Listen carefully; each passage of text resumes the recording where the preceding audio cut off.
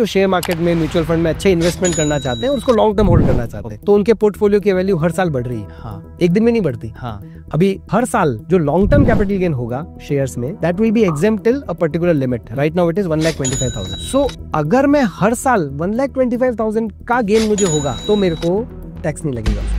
जो भी कोई रेजिडेंट है इंडिया का, उनको अपने रिटर्न में अपने सारे फॉरेन असेट्स डिस्क्लोज करना जरूरी है, चाहे उनसे इनकम हो रही है चाहे उनसे इनकम नहीं हो रही। तो इनकम टैक्स एक्ट तो एक अलग है, लेकिन एक फॉरेन ब्लैक मनी एक्ट अलग है। अच्छा, आप उसमें कवर हो सकते हैं simply because you have not disclose those items in your income tax return. Startups के सीईओ वगैरह होते हैं आजकल, हाँ, उसकी शादी होने वाली है। शादी होने के बाद अगर वो अपनी वाइफ को गिफ्ट देगा तो क्लबिंग वाला प्रोविजन लग जाएगा, और शादी से पहले गिफ्ट देगा तो वो उसकी रिलेटिव नहीं है, तो वो क्या करे, शादी के एक दिन पहले संगीत वंगीत जब होता है ना, उस टाइम पे वो उसको एक बड़ा असेट गिफ्ट कर देगा। क्यों? क्योंकि उस दिन वो उसकी वाइफ नहीं है, वाइफ तो अगले दिन बनेगी, और वो ओकेजन ऑफ मैरिज हो गया तो वो उसके लिए एग्जेम्प्ट हो जाएगा। तो एग्जेम्प्ट भी हो जाएगा, वाइफ नहीं है इसलिए क्लबिंग भी नहीं लगेगी। जो भी कोई नया बिजनेस स्टार्ट कर रहा है, क्या वो स्टार्टअप है? नहीं, हर बिजनेस स्टार्टअप नहीं है। स्टार्टअप की for the purpose of income tax एक पर्टिकुलर डेफिनेशन है। A professional advice is never costly. आप आज थोड़ा पैसा देते हैं पर लॉन्ग टर्म में आपको उसका फायदा काफी मिलता है। Welcome to all new episode of Inspiring Stories of Humans, a platform where we recognize and celebrate inspiring individuals who are making a positive impact and helping to create a brighter and better future for everyone. Today, we are joined by CA Gaurav Vyas, a chartered accountant with 20 plus years of experience in tax consulting, business advisory, and early stage startups. Whether you are building a startup or want to stay ahead in your tax game, this episode is for you. If you enjoy the conversation, hit like, drop your thoughts in the comments, share it with your circle, and don't forget to subscribe for more real talk with real experts.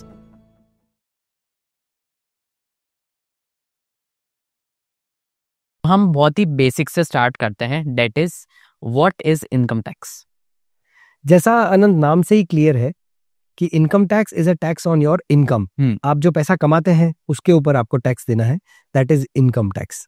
Income tax act 1961 इस tax को govern करता है, और हर साल हम जो पैसा कमाते हैं उसकी हमको सरकार को इन्फॉर्मेशन देनी होती है, और उसी के ऊपर हमको अपना टैक्स पे करना होता है, दैट इज इनकम टैक्स। पुराना टैक्स था और अभी जो नया टैक्स आया उसमें क्या क्या डिफरेंस है? देखिए, पुराना टैक्स और नया टैक्स है तो इनकम टैक्स ही। हाँ, उसका नाम या उसका एक्ट बदल देने से ये फैक्ट नहीं चेंज होता कि आपको अपनी कमाई पे सरकार को टैक्स देना है। हाँ। सो सरकार रिसेंटली लेके आई है एक नया इनकम टैक्स बिल, जो कि अगर पार्लियामेंट में पास होगा तो वो एक्ट बनेगा। अच्छा, essentially it is the same rules and same laws written in a simpler language. अच्छा, ओके। तो ज्यादातर प्रोविजंस उसके जो इनकम और इनकम के कैलकुलेशन और टैक्स लगने से रिलेटेड है वो सेम ही है। उनकी लैंग्वेज थोड़ी इजी कर दी, ऐसे सेक्शंस जिनकी अब जरूरत नहीं रह गई है उनको हटा दिया गया। थोड़ा गवर्नमेंट उसको यूजर फ्रेंडली, जिसको कहते हैं ना, वो बना रही है ताकि लोग उसको अच्छे से समझ सकें और अपना सही टैक्स पे कर सकें। ओके। कुछ प्रोसीजर्स जो पुराने हो गए हैं उनको गवर्नमेंट रिन्यू करना चाहती है, उनको नए तरह से बनाना चाहती है, तो कई सारे स्टेप्स वो भी हैं जो इस नए कानून के माध्यम से गवर्नमेंट लेना चाहती है। कुछ चीजें अच्छी हैं और सिंप्लीफाई होंगे लॉज तो लॉज की कंप्लायंस बढ़ेगी, गवर्नमेंट का रेवेन्यू कलेक्शन बढ़ेगा, विच इज राइट। कुछ चीजें कहीं कहीं ऐसी है जो नए इश्यूज भी हमारे दिमाग में लाती है, जैसा कि अब नए एक्ट के अंदर गवर्नमेंट एक नया टर्म लेके आई है which is called virtual digital space. Okay. And what is virtual digital space is an electronic realm where you interact with each other. हाँ। सो अगर सिंपल भाषा में उसको बोले ना, तो आपके ईमेल अकाउंट्स, आपका सोशल मीडिया अकाउंट, आपके व्हाट्सएप, राइट, आपका सोशल, आपके इंस्टाग्राम के आपके अकाउंट्स, आपका YouTube channel, these all will be covered under virtual digital space. अच्छा। And this new act gives a specific power to the government that they can enter into your virtual digital space. They can check it, they can search it, they can even seize it if required. Okay, बिना permission के, law की permission से। अच्छा, law की, बिना आपकी permission से, but law की परमिशन जो आपने उसको परमिशन दी है। लॉ क्या बोलता है, इनकम टैक्स एक्ट क्या बोलता है, उसको गवर्नमेंट फॉलो करेगी। ओके। और अगर गवर्नमेंट के पास पावर है जो इस एक्ट के थ्रू उनके पास आएगी, तो फिर वो आपके डिजिटल स्पेस को एंटर कर सकती हैं, उसको सर्च कर सकती, इवन उसको सीज भी कर सकती। ओके। मतलब ये कि आपकी व्हाट्सएप चैट सारी की सारी हाँ, सिर्फ वो नहीं कि जिन पे आपने इनकम टैक्स की बातें की है, इनकम टैक्स छुपाने की बातें की है, आपकी सारी चैट्स को गवर्नमेंट देख सकती है. So whether it is compromising your privacy, whether the government should have this power, this is a matter of debate. ये एक लंबा प्रोसेस है और इन्हीं के थ्रू होके गवर्नमेंट रिफाइन करके शायद इस बिल को एक्ट में कन्वर्ट करेगी. Okay, so that is the new income tax bill for you. Okay. तो आपको क्या लगता है कि जैसे जैसे हर बार जैसे हमने देखा कि पिछले 10 साल से सरकार चेंज हुई है, तो जैसे जैसे नई सरकार आ रही है तो वो अपने हिसाब से इस चीज को इम्प्लीमेंट कर रही है? हाँ, ये बात सही है. गवर्नमेंट जो प्लानिंग करती है उसका एक अपना सोच होती है, एक विजन होता है, एक तरीका होता है कि हम देश को कहाँ से कहाँ ले जाना चाहते हैं. और उस डेवलपमेंट के लिए या उस प्लानिंग के लिए सिर्फ ये नहीं हो सकता कि आप खर्चे की बात करें. हाँ, आपको पैसा कमाना भी है, तभी आप खर्च भी कर पाएंगे.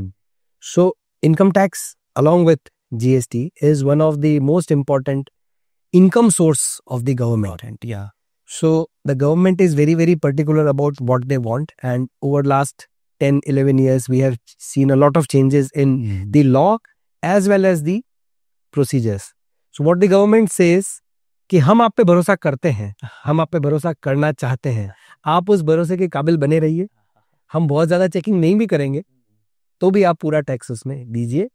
हम कानून को सिंप्लीफाई करने की कोशिश कर रहे हैं ताकि आप बेहतर से बेहतर कंप्लायंस कर सकें. ये गवर्नमेंट का कहना है. तो जैसे कि हम इनकम टैक्स की जब बात करते हैं तो ITR फाइलिंग की भी बात आती है, तो थोड़ा सा हम उस पर्सपेक्टिव में बात करते हैं कि जब भी कोई एक इंडिविजुअल ITR फाइल करने जाता है तो उसको क्या क्या चीज़ें ध्यान में रखनी चाहिए? अनंत, जो ITR फाइलिंग में ध्यान रखने की सबसे इंपॉर्टेंट चीज है वो ये है कि आपको कौन सा ITR फॉर्म भरना है. और इंडिविजुअल के लिए जो अभी स्कीम है उसके अंदर ITR फॉर्म 1, 2, 3 और 4 4 फॉर्म्स हैं. ये आपको डिसाइड करना है कि आप कौन सा फॉर्म भरेंगे depending primarily on your income. हाँ. आपके सोर्स ऑफ इनकम क्या है, प्राइमरीली उससे डिसाइड होगा कि आपका फॉर्म कौन सा भरा जाएगा. फॉर एग्जाम्पल, अगर आपकी इनकम सैलरी से है, हाउस प्रॉपर्टी मतलब मकान से, प्रॉपर्टी से आपकी इनकम है, आपकी इंटरेस्ट या ऐसी अदर सोर्स की इनकम है, तो आपको ITR 1 फॉर्म आप फाइल कर सकते हैं. लेकिन अगर आपकी बिजनेस इनकम आ गई तो आपको ITR 3 या 4 भरना पड़ेगा. अगर आपकी कैपिटल गेन की इनकम आ गई तो आपको ITR 2 भरना पड़ेगा. And not just income, the selection of form also depends on some other criterias. जैसे मेरी इनकम केवल सैलरी से है तो दिखता है कि मैं ITR 1 भर सकता हूँ, लेकिन मैं अगर किसी कंपनी में डायरेक्टर हूँ तो मुझे ITR 2 भरना पड़ेगा. अगर मेरी इनकम 50 लाख से ऊपर है तो मुझे ITR 2 भरना पड़ेगा. अगर मैं कोई ऐसी कंपनी में शेयर्स होल्ड करता हूँ जो स्टॉक मार्केट पे लिस्टेड नहीं है, अनलिस्टेड कंपनी है, मान लीजिए मेरी खुद की कंपनी जिसका मैं ही डायरेक्टर, मैं ही शेयर होल्डर हूँ, तो फिर मुझे ITR 2 भरना पड़ेगा, न कि ITR 1. तो आप सिर्फ इनकम के बेसिस पे नहीं डिसाइड कर सकते. ओके, आपको साथ में ये भी देखना पड़ेगा कि बाकी इन्फॉर्मेशन क्या क्या मेरे लिए रेलेवेंट है. उस हिसाब से आपको ITR फॉर्म इंडिविजुअल के लिए आपको डिसाइड करना पड़ेगा. कंपनीज, पार्टनरशिप्स, LLPs, उनके लिए अलग से फॉर्म डिफाइंड है, जो कि 5, 6 चैरिटेबल ट्रस्ट के लिए ITR 7. इसके बेसिस पे हम लोग डिसाइड करते हैं कि कैसे हमको अपना फॉर्म सेलेक्ट करना है. सो अगर हम बात करें, जैसे आपने इनकम का बताया कि पार्टनरशिप्स के लिए अलग है, कंपनीज के लिए अलग है, तो हम एज अ इंडिविजुअल की अगर हम बात करें, जो कि ज़्यादातर हमारी ऑडियंस है, तो आप उसके हिसाब से बताइए कि उनको कौन कौन सी इनकम उसमें डिस्क्लोज करनी चाहिए. सिंपल जवाब तो इसका ये है कि अपनी सारी इनकम डिस्क्लोज करनी चाहिए. जो भी आपकी इनकम है, ओके, वो आपको डिस्क्लोज करनी चाहिए. मतलब जैसे कि आपने कैश में ट्रांजैक्शन किया तो कई बार होता है कि हम उसको नहीं दिखाते हैं, तो वो भी हमको करनी चाहिए, क्योंकि उसका ट्रैक तो गवर्नमेंट मेरे ख्याल से नहीं रख पाती है. अनंत, ये जो मैंने एक लाइन में आंसर दिया कि अपने को सारी इनकम अपनी रिटर्न फॉर्म में डिस्क्लोज करनी होती है और करनी चाहिए. अब हो सकता है उसमें से कुछ इनकम ऐसी है जिसके ऊपर टैक्स नहीं लगता है, हाँ, तो वो भी हमको रिटर्न के अंदर शो करनी पड़ती है. जैसे फॉर एग्जांपल एग्रीकल्चर इनकम जो होती है, अगर एग्रीकल्चर इनकम किसी की है तो उस पर टैक्स नहीं लगेगा, बट फिर भी आपको रिटर्न में शो करनी पड़ती है, दिखाना तो पड़ेगा. कुछ इनकम्स ऐसी होती हैं, जैसे मान लीजिए मुझे मेरे कोई क्लोज रिलेटिव से कोई गिफ्ट मिला, तो मुझे उसके ऊपर टैक्स नहीं देना होता उस गिफ्ट पे, बट वो मुझे रिटर्न में शो करना चाहिए. ये डिपेंड करेगा कि आपको क्या इनकम आ रही है और किस सोर्स से है, तो आप डिसाइड कर पाएंगे कि उसको आपको डिस्क्लोज करना है नहीं करना. Generally speaking, all the incomes have to be disclosed, except something which is not covered under the Income Tax Act, जिसको एक्ट गवर्न ही नहीं करता है. अच्छा. ऐसी कोई, फॉर एग्जाम्पल, अभी कोई सैलरीड पर्सन है, उसने अपनी कार बेच दी. ओके. वो अपने घर में यूज करता है कार, और उसने कार या अपना स्कूटर बेच दिया और उसको थोड़ा पैसा एक्स्ट्रा मिल गया for some reason. So that is his personal income. It is of course an income, but that is not covered under the income tax act. अच्छा. ओके. तो उसको उस इनकम को डिस्क्लोज करने की भी जरूरत नहीं है. अब बची बात कि इनकम कैश में है या बैंक में है या इवन काइंड में है, जहां आपको कैश या बैंक में नहीं मिल रहा है, किसी और तरह से इनकम मिल रही है, तो वो भी आपकी इनकम है और उसको आपको रिटर्न में डिस्क्लोज करना पड़ेगा. गवर्नमेंट उसको, अगर हम नहीं डिस्क्लोज करेंगे और गवर्नमेंट उसको कैसे ट्रेस करेगी, ये इसके अलग मैकेनिज्म्स हैं, अलग प्रोसेसेस हैं. और अगर आप पकड़े जाते हैं जहां पे आपने अपनी प्रॉपर इनकम नहीं डिस्क्लोज करी, तो फिर आपको पेनल्टीज पे करनी पड़ती है, इंटरेस्ट पे करने पड़ते हैं, सजा भी हो सकती है. तो अपनी राय तो ये है कि जो भी इनकम है उसको अच्छे से प्लान करें और उस इनकम को हम लोग रिटर्न के अंदर डिस्क्लोज करें. तो जैसे कि आपने पेनल्टीज की बात करी, सजा की बात करी, तो मैं आपसे जानना चाहूँगा कि ये जैसे इतना सारा है, इम्प्लीकेशंस है, टैक्स के है, तो इसका सही में गवर्नमेंट इस पे एक्शन लेती है? गवर्नमेंट, कुछ एग्जांपल आपके पास होंगे क्योंकि आप तो इसी फील्ड से. हाँ, गवर्नमेंट इसके ऊपर एक्शन लेती है, बिल्कुल लेती है. और गवर्नमेंट ने पिछले कई सालों में जाके अपने इंफॉर्मेशन सिस्टम को बड़ा स्ट्रॉन्ग किया है. मल्टीपल सोर्सेज से गवर्नमेंट इंफॉर्मेशन इकट्ठा करती है. आपके हर फाइनेंशियल ट्रांजैक्शन के बारे में उनकी कोशिश रहती है कि इसकी इंफॉर्मेशन हमको किसी और सोर्स से मिल जाए, मतलब आप दें उससे पहले से गवर्नमेंट के पास इंफॉर्मेशन पहुंच जाए. जैसे फॉर एग्जांपल आपकी सैलरी होती है ना, उसके ऊपर जो एम्प्लॉयर है वो कुछ पार्ट टैक्स डिडक्ट करके गवर्नमेंट को पे करता है. और पे करने के साथ में, उस टीडीएस को पे करने के साथ में, वो गवर्नमेंट को इन्फॉर्मेशन भी देता है कि मैंने कितनी सैलरी दी और उस सैलरी पे कितना टैक्स. तो गवर्नमेंट के पास पहले से इंफॉर्मेशन है कि आपकी इनकम कितनी है. इनकम, कोई प्रोफेशनल या कोई बिजनेसमैन अगर अपना बिजनेस कर रहा है तो वो अपने जीएसटी रिटर्न फाइल करता है, तो जीएसटी डिपार्टमेंट सेल की डिटेल्स शेयर करता है इनकम टैक्स से. तो उनको पहले से पता है कि आपने इतनी सेल तो करी है. उनको एग्जैक्ट इनकम नहीं पता है, but they have information about your business. Right. आप प्रॉपर्टी सेल करते हैं तो प्रॉपर्टी रजिस्ट्रार के पास हम रजिस्टर करते हैं. Registrar has to file a return with the income tax department to give information about your property sale and purchase. Bank से information जाती है, आप बैंक से कैश विड्रॉ करते हैं उसकी भी इंफॉर्मेशन जाती है. आप प्रॉपर्टी बेचते हैं तो बायर को आपका टैक्स डिडक्ट करना होता है, उसकी इंफॉर्मेशन जाती है. तो ये सारे तरीकों से गवर्नमेंट इंफॉर्मेशन इकट्ठी करती है, उस इंफॉर्मेशन को कंपाइल करती है.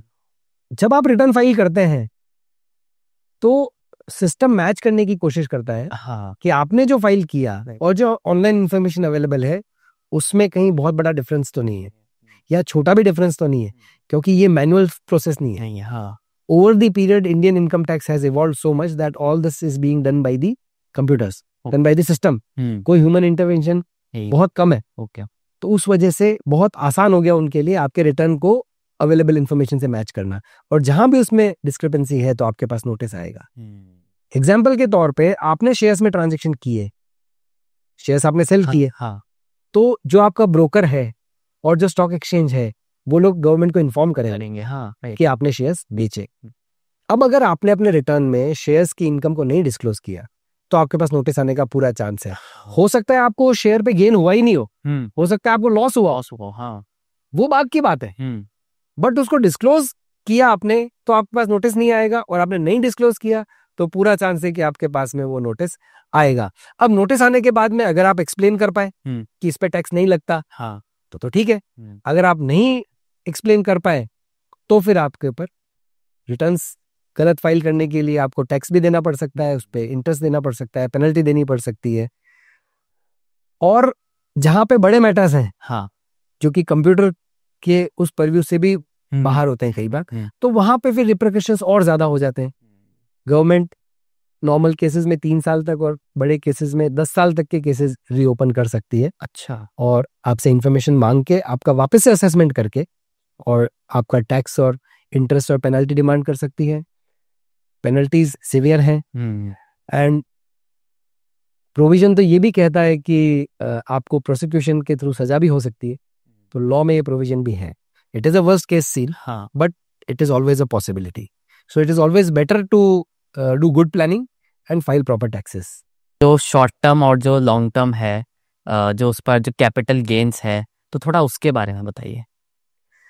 अनंत, कैपिटल गेन क्या होता है कि आपने किसी असेट को सेल किया, वो असेट प्रॉपर्टी हो सकती है, आपका घर या शॉप हो सकती है, ऑफिस हो सकता है, या ज्वेलरी हो सकती है, या इवन शेयर्स और म्यूचुअल फंड के जो आपके इन्वेस्टमेंट्स हैं वो भी हो सकती है। तो दीज आर एसेट्स, एंड इन एसेट्स को जब आप सेल करते हो, आपको जो प्रॉफिट होता है दैट इज कैपिटल गेन।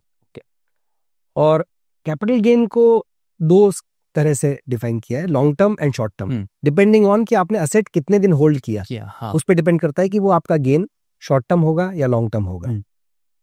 जैसे शेयर्स की बात करें अगर, तो अगर आपने 1 साल से ज्यादा होल्ड किया है किसी शेयर को, तो उससे जब आपको गेन होगा तो वो लॉन्ग टर्म होगा। 1 साल से कम होल्ड किया है तो शॉर्ट टर्म होगा। सिमिलरली इक्विटी म्यूचुअल फंड्स के लिए भी सेम बात है, 1 साल वाली।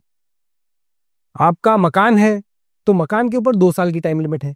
अगर आपने 2 साल तक उसको होल्ड किया है तो लॉन्ग टर्म हो जाएगा। And why this is relevant? क्योंकि टैक्स की रेट्स अलग अलग हैं, लॉन्ग टर्म और शॉर्ट टर्म।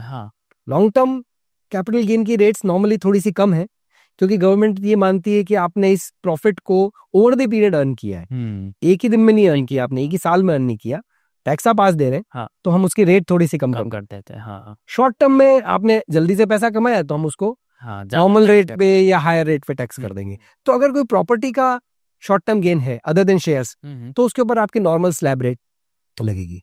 आप 10, 20, 30 जिसमें स्लैब में आ रहे हैं उसके ऊपर टैक्स लग जाएगा। अगर ये शेयर्स का गेन है तो उसके ऊपर 20% की फिक्स रेट है। लॉन्ग टर्म के केस में अभी 12.5% की रेट है, जिसपे आप चाहे प्रॉपर्टी का गेन है तो भी और शेयर्स का गेन है तो भी आप 12.5% पे टैक्स देते हैं। लास्ट जो बजट इस गवर्नमेंट का आया था जुलाई 2024 में, उसमें एक बहुत बड़ा चेंज इन्होंने किया कि प्रॉपर्टीज के लॉन्ग टर्म कैपिटल गेन पे किस तरह से टैक्स लगता है, कैलकुलेशन का तरीका चेंज कर दिया। और साथ में टैक्स की रेट भी थोड़ी सी कम कर रही थी। तो एक बड़ा चेंज इस साल आया है। इंडिविजुअल्स और एचयूएफ को उन्होंने थोड़े रिलीफ दिए हैं कि आप चाहें तो पुराने सिस्टम से भी टैक्स दे सकते हैं और नए सिस्टम से भी टैक्स दे सकते हैं, लेकिन ये जो ऑप्शन है ये केवल इंडिविजुअल्स और एचयूएफ के लिए है, और वो भी केवल रेजिडेंट्स के लिए। अच्छा, अगर कोई नॉन रेजिडेंट इंडिविजुअल है तो उसको ये बेनिफिट नहीं है, उसको नए वाले सिस्टम से ही टैक्स देना जरूरी है। तो जैसे कि आपने यहाँ पे प्रॉपर्टी का बताया, तो इसमें सिर्फ फिजिकल प्रॉपर्टीज है या फिर इसमें वर्चुअल और वो वाली भी है? नहीं, प्रॉपर्टी इनकम टैक्स एक्ट में डिफाइंड होती है, तो उसके अंदर जरूरी नहीं कि केवल फिजिकल प्रॉपर्टी हो, उसमें कोई जो असेट्स हैं वो एक तो होते हैं कि फिजिकल असेट्स हैं और बाकी डिजिटल असेट्स भी हो सकते हैं। हाँ, ऑफ कोर्स दोनों तरह के असेट्स उसमें हो सकते हैं, फिजिकल भी हो सकता है और डिजिटल भी हो सकता है। इसका एग्जांपल जैसे अपन देख सकते हैं crypto currency, it is an asset, right, it is a digital asset, a virtual asset. Government ने क्रिप्टो करेंसीज को टैक्स करने के लिए अलग एक सिस्टम बना रखा है, वो नॉर्मल कैपिटल गेन जैसे कैलकुलेट नहीं होता है, but still it is an asset. उसका नाम ही इनकम टैक्स एक्ट में वर्चुअल डिजिटल असेट्स दे रखा है। इसी तरह से एक दूसरा एग्जांपल इसका हो सकता है sovereign gold bonds. So sovereign gold bonds is not physical gold, it is a bond, और वो आपके डीमैट अकाउंट में है, सो इट इज वर्चुअल। अब उसके ऊपर गवर्नमेंट ने कैपिटल गेन को एग्जेम्प्ट कर रखा है कि अगर आपको गेन होता है मैच्योरिटी पे तो आपको वो गेन पे टैक्स नहीं लगेगा, but it is an asset. So there is always a possibility that the asset can be digital also, it can be virtual also, और उसके ऊपर टैक्स लग सकता है। तो उस केस में आपको टैक्स उसके ऊपर देना पड़ेगा। अभी मेरे को एक थोड़ा सा ऐसा डाउट सा एक क्वेश्चन आया, जैसे कि आपने थोड़ी देर पहले इनकम डिस्क्लोजर और इसकी बात करी थी। हम अक्सर ऐसा देखते हैं कि जैसे जो क्रेडिट कार्ड्स वाले लोग हैं, तो वो ऐसा होता है कि एक जने ने कार्ड ले लिया और सब उसी से ट्रांजैक्शन कर रहे हैं, और जब एंड ऑफ द ईयर आता है तो उसके पास नोटिस चला जाता है इनकम टैक्स के कि भाई आप दिखाओ कि इतनी इनकम आपके पास कहाँ से आई। तो इस केस में क्या सिनेरियो बनता है? ये प्रॉब्लम तो अभी बहुत ज़्यादा आ रही है, क्योंकि सब लोग को ऑनलाइन शॉपिंग करनी होती है, ऑनलाइन पेमेंट्स करने होते हैं और क्रेडिट कार्ड यूज़ करना होता है, सबके पास होता नहीं है। तो वो लोग अपने फ्रेंड से रिक्वेस्ट करते हैं। कई बार ऐसा भी होता है कि मैं कोई महंगा फ़ोन या कुछ लेना चाहता हूँ और उसका जो डिस्काउंट है वो किसी पर्टिकुलर कार्ड के ऊपर ज़्यादा मिलता है, राइट, वो मेरे फ्रेंड के पास है तो मैं उससे रिक्वेस्ट कर देता हूँ। प्रॉब्लम इसमें वहाँ पे आती है कि ये सारी जो आपकी परचेजिंग की इन्फॉर्मेशन है, पेमेंट्स की इन्फॉर्मेशन, ये इनकम टैक्स के पास जा रही है। जैसा मैंने बताया था कि सिस्टम रिलेट करता है आपके एक्सपेंडिचर को आपकी इनकम से। हाँ। एक्सपेंडिचर बहुत ज्यादा है और इनकम आपकी उसके कंपैरिजन में कम है, या इवन आपने रिटर्न फाइल ही नहीं किया, तो आपने ऑलमोस्ट जीरो इनकम डिक्लेयर की है आपने, तो उस केस में नोटिस आने के बहुत ज्यादा चांस है। और ऐसे केसेस में उस पैसे को एक्सप्लेन करना बहुत मुश्किल भी होता है। हाँ, नहीं, क्योंकि हमने जैसे स्पेंड किया है और जैसे लेट्स से हमने 25,000 स्पेंड किए और 25,000 ही वापस हमारे अकाउंट में आ गए हैं, तो वो तो इनकम बराबर हो गई। बिल्कुल हो गई। आपने 25,000 स्पेंड किया और 25,000 का पैसा आपके अकाउंट में किसी फ्रेंड से आ गया, तो वो बराबर हो गया। लेकिन आपके फ्रेंड ने आपको 25,000 किस बात के दिए? अच्छा, क्या वो ये लिख के देगा कि मैंने फोन खरीदने के लिए इसको पैसे दिए? या वो अपने को बचाने के लिए कुछ लिख के ही नहीं देगा? अगर वो कुछ लिख के नहीं देगा तो गवर्नमेंट मानेगी कि आपके 25,000 आए इस फ्रेंड से, but that is your income. चाहे उसने आपको कंसल्टेंसी का पैसा दिया, चाहे किसी भी बात का दिया, पर उसने आपको इनकम का पेमेंट किया है। कई बार आपके फ्रेंड ने आपको कैश दे दिया और वो कैश आपने अकाउंट में डिपॉजिट करके क्रेडिट कार्ड का बिल दे दिया। How would you explain that cash? Whether your friend will confirm कि पैसा मैंने दिया था, बहुत मुश्किल है, चांसेस बहुत कम है, क्योंकि अगर उसके पास एक्सप्लेनेशन होता तो वो खुद ही क्रेडिट कार्ड ले लेता। राइट। तो दूसरे की हेल्प करने के चक्कर में आप खुद फंस रहे हो, क्योंकि पैसा भले ही चेक से आ रहा है, लेकिन क्या वो कंफर्म करेगा? क्या जिस दिन मौका पड़ा क्या वो साथ खड़ा रहेगा आपके? क्योंकि उससे तो उसको भी नोटिस आ सकता है। राइट। तो अगर वो वहां पे भी साथ दे रहा है आपका, तो सच्चा दोस्त है। राइट। और अगर उस वक्त उसने हाथ खड़े कर दिए कि भाई इसमें तो मैं क्या करूंगा, तो फिर आप फंस गए। तो गवर्नमेंट तो उसको पकड़ेगी जिसका कार्ड है। आप बाद में ये नहीं कह सकते कि मुझे पता नहीं है पैसा कहाँ से आया, पैसा तो आपके अकाउंट में ही आया है। तो थोड़ा ध्यान रखने वाली बात है। दूसरों के वो फ्लाइट में आता है ना कि दूसरों का हेल्प करने से पहले अपना ऑक्सीजन मास्क ढंग से पहन ले, तो वैसे वाली बात है कि अपने को अपनी सेफ्टी भी पहले देखनी है। किसी की हेल्प करना अच्छी बात है दोस्त की, लेकिन सोच समझ के करें। तो जैसे कि आपने शेयर्स का बताया, तो हमें थोड़ा सा उस पर्सपेक्टिव में आपसे बात करना चाहूँगा। हमने ऐसा सुना है कि जब लॉस होता है तो लोग टैक्स की लॉस हार्वेस्टिंग करते हैं, तो थोड़ा उस बारे में बताइए कि वो कैसे होता है। ये जब शेयर मार्केट थोड़ा डाउनवर्ड ट्रेंड पे होता है ना, तो हमेशा ये टैक्स लॉस हार्वेस्टिंग की बात आ जाती है। तो अभी शेयर्स में टैक्स कब लगता है या लॉस कब बुक होता है, प्रॉफिट कब बुक होता है? जब आप एक्चुअली सेल करते हैं। तो मैंने खरीदा एक पर्टिकुलर लेवल पे, उसके बाद में शेयर की वैल्यू उससे कम हो गई, तो मुझे एक्चुअल लॉस नहीं हुआ अभी तक, वो सिर्फ वैल्यूएशन कम हुई है। कई बार प्लानिंग इस तरह से करते हैं कि हम उस शेयर को बेच देते हैं, तो मुझे लॉस बुक हो गया, और फिर मैं वापस उसी शेयर को खरीद लेता हूँ, तो मेरा पोर्टफोलियो तो वहीं का वहीं रह गया। पर मुझे उतने लॉस की बुकिंग हो गई, वो लॉस में बाकी जो कैपिटल गेन हो रहा है उससे एडजस्ट कर पाऊंगा। और अगर नहीं भी एडजस्ट हुआ तो इनकम टैक्स में प्रोविजन है कि आप उस लॉस को कैरी फॉरवर्ड कर सकते हैं। और आगे के सालों में जब आपको कभी गेन होगा, एक टाइम लिमिट है उसकी, अगर आगे के सालों में उस टाइम लिमिट के अंदर आपको कभी गेन हुआ तो आप उस लॉस को सेट ऑफ कर सकते हैं। तो वैल्यूएशन कम है, हम उस शेयर को बेच देते हैं और एक लॉस खड़ा कर, which is you don't want to sell that shares, but you sell it simply because you can book a loss. That is called tax loss harvesting. बहुत अच्छा कंसेप्ट है, कई लोग इसको यूज कर रहे हैं और उसका फायदा भी उठा रहे हैं। एक और कंसेप्ट होता है टैक्स गेन हार्वेस्टिंग का। अच्छा, इसमें क्या होता है? वो अभी इतना कई लोग उसके बारे में सोचते नहीं, क्योंकि मोस्टली ये उन्हीं के काम आता है जो इन्वेस्टर्स हैं। अच्छा, जो लोग रेगुलर ट्रेडिंग कर रहे हैं उनको शायद ये काम नहीं आएगा, पर कुछ लोग ऐसे होते हैं ना जो शेयर मार्केट में, म्यूचुअल फंड में अच्छे इन्वेस्टमेंट करना चाहते हैं, उसको लॉन्ग टर्म होल्ड करना चाहते हैं, तो उनके पोर्टफोलियो की वैल्यू हर साल बढ़ रही है। एक दिन में नहीं बढ़ती। अभी एक एग्जांपल अपन ले, अगर तो मैंने अगर 1 लाख रुपए में कुछ शेयर्स आज खरीदे, लेकिन मैं उनको 10 साल तक होल्ड करता हूँ, and assuming that I get a reasonable rate of return और अच्छा मेरी कंपनी करती है, सो मैं उसको 10 साल बाद 10 लाख रुपए में बेच पाऊंगा, तो मुझे 9 लाख का गेन होगा। एंड आई हैव टू पे टैक्स ऑन दैट 9 lakhs, जो आज की डेट में 12.5% की रेट है, उस पर मुझे टैक्स देना पड़ेगा। लेकिन गवर्नमेंट ने एक स्पेशल प्रोविजन मुझे दे रखा है कि हर साल जो लॉन्ग टर्म कैपिटल गेन होगा शेयर्स में, that will be exempt till a particular limit. Right now it is 1,25,000। सो अगर मैं हर साल 1,25,000 का गेन मुझे होगा तो मेरे को टैक्स नहीं लगेगा उसके ऊपर। तो क्या मैं ये कर सकता हूं कि मैं हर साल 1-1 लाख रुपए का गेन बुक करता चलूं, यानी कि जो मेरा शेयर आज 1 लाख का है, अगले साल 2 लाख का हो गया लगभग, तो मैं 2 लाख में बेच के वापस वही शेयर खरीद लेता हूँ, 1 साल बढ़ा के, मतलब 1 साल और 1 दिन समझ लो।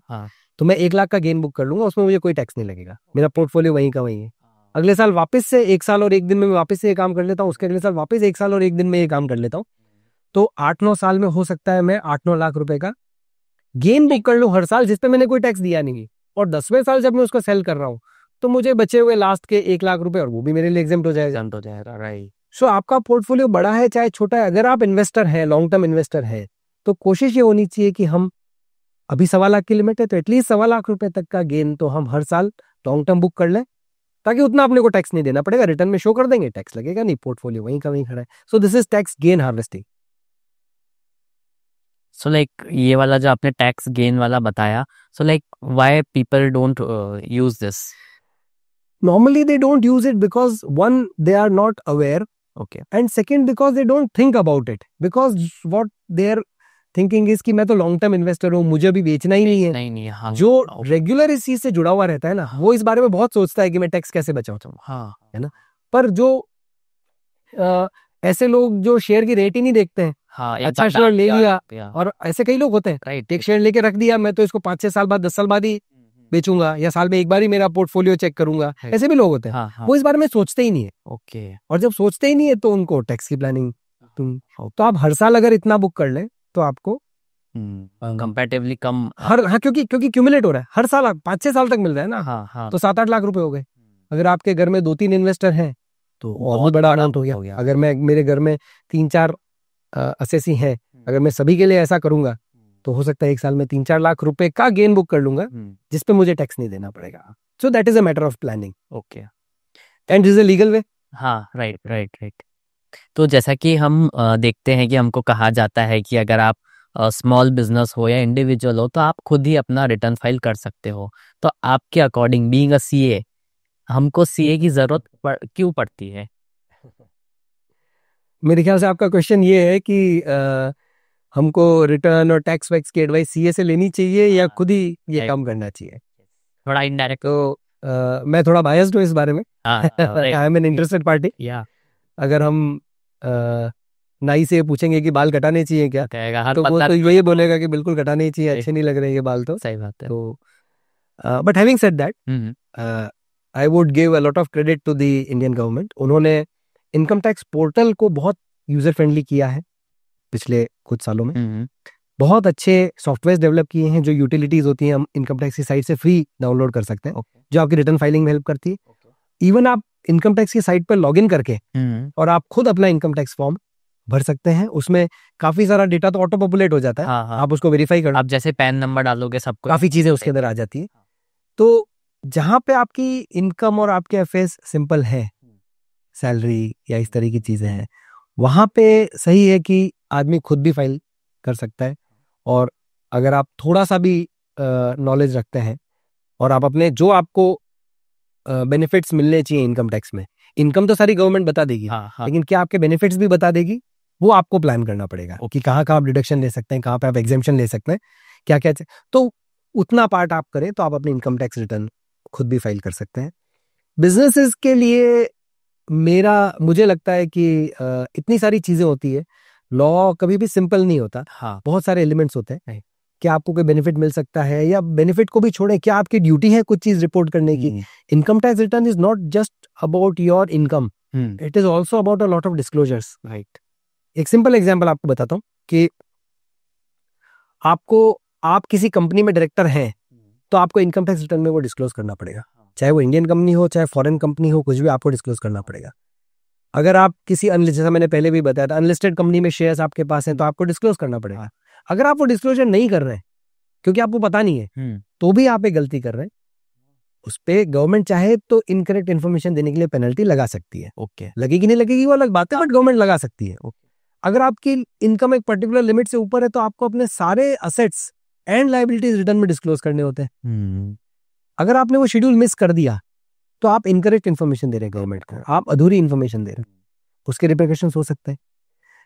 इसी तरह से एक बहुत इंपॉर्टेंट चीज ये है कि जो भी कोई रेजिडेंट है इंडिया का, उनको अपने रिटर्न में अपने सारे फॉरेन असेट्स डिस्क्लोज करना जरूरी है, चाहे उनसे इनकम हो रही है चाहे उनसे इनकम नहीं हो रही। और अगर आपने उन असेट्स को डिस्क्लोज नहीं किया तो इनकम टैक्स एक्ट तो एक अलग है, लेकिन एक फॉरेन ब्लैक मनी एक्ट अलग है। अच्छा, आप उसमें कवर हो सकते हैं simply because you have not disclose those items in your income tax return. उन पे टैक्स लगेगा, पेनल्टी लगेगी या नहीं, वो अलग बात है, बट आप उस एक्ट में कवर हो सकते हैं। और बहुत सारे नोटिस इस बात के लिए आ रहे हैं कि हमने हमारे फॉरेन असेट्स को रिटर्न में डिस्क्लोज नहीं किया।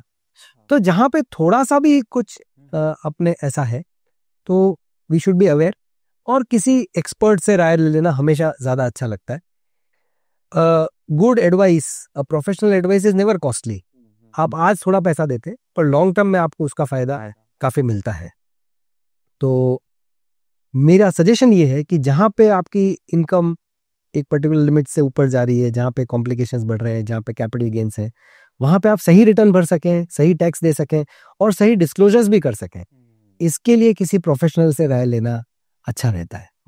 ये मेरी राय है इसके अंदर।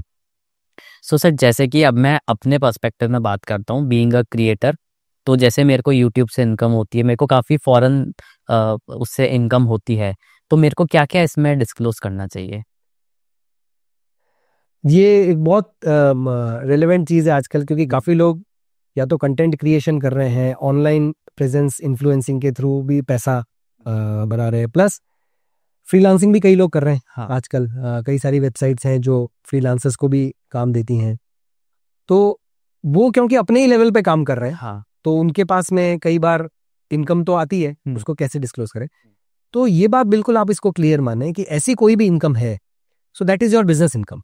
You are doing something, you are putting an effort to earn that income, तो वो आपकी बिजनेस इनकम है। ओके, ये इरेलेवेंट है कि वो इनकम आपको इंडिया से अर्न हो रही है या इंडिया के बाहर से अर्न हो रही है, वो बात एक बार के लिए इरेलेवेंट है।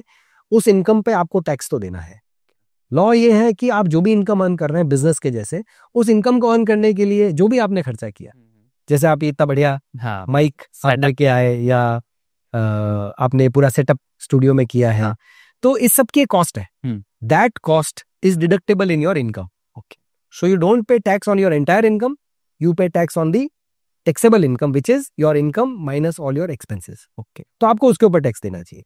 वो इनकम फॉरेन से आ रही है, वो इनकम इंडिया से आ रही है, वो इनकम एड से आ रही है, कहीं से भी आ रही है, वो इनकम आपको उसमें टैक्स तो देना ही है और वो इनकम आपको डिस्क्लोज करनी पड़ेगी। समझना इसमें यह भी है कि अगर आप बहुत बड़े लेवल पे काम नहीं कर रहे आप, तो गवर्नमेंट छोटे बिजनेसेस जो हैं उनको एक प्रेजेंटिव स्कीम का बेनिफिट देती है। ओके, कि एक मिनिमम एक टैक्स का उन्हें स्टैंडर्ड बना दिया कि आप उतना मिनिमम शो कर दें या उससे ज्यादा जो आपका एक्चुअल इनकम है वो शो कर दें, तो हम आपसे बहुत ज्यादा हिसाब किताब नहीं पूछेंगे। अच्छा, बट आप उसके ऊपर टैक्स पे कर दें। सो फ्रीलांसर्स या कंटेंट क्रिएटर्स भी उसके अंदर कवर होते हैं। अगर आपकी कोई इनकम कमीशन से है, जैसे आपने YouTube की बात की, तो YouTube पे आपको क्या एड्स का रेवेन्यू कमीशन के फॉर्म में मिलता है, सो commission is not covered under that प्रेजेंटिव scheme. अच्छा, उस पे आपको एक्चुअल इनकम पे टैक्स देना है, आपका कमीशन माइनस कमीशन के एक्सपेंसेस, उस पे टैक्स देना है। बट बाकी जो इनकम है आपकी कंटेंट क्रिएशन से इनकम है, हमको जो स्पॉन्सरशिप्स मिलती हैं या फ्रीलांसिंग काम करके जो आप पैसा कमाते हो, that is covered under one or other of the presumptive schemes, depending on आप क्या करते हो। आप प्रोफेशनल हो तो अलग सेक्शन है, अगर आप प्रोफेशनल नहीं हो के दूसरा कोई बिजनेस कर रहे हो तो उसकी अलग प्रेजेंटिव स्कीम है, but you can pay tax on that. Okay, but ये सारी इनकम टैक्सेबल है और इसके ऊपर टैक्स आपको देना पड़ेगा। यूट्यूब और जो बड़े सोशल मीडिया प्लेटफॉर्म्स हैं उन्होंने तो कई ने इंडिया में ही कंपनीज बना ली हैं, तो उसका रेवेन्यू इंडिया से ही आ रहा है। राइट, और वहीं पे उस पर टैक्स, वहीं पे इंडिया में उसके ऊपर टैक्स भी लग रहा है, इवन वो लोग टैक्स थोड़ा पार्ट डिडक्ट भी करते हैं। तो वो सब करके गवर्नमेंट के पास इन्फॉर्मेशन तो है ही, तो आपको अपने रिटर्न्स उसी तरह से फाइल करने पड़ेंगे as a business. You should file it as a business. Okay, yes.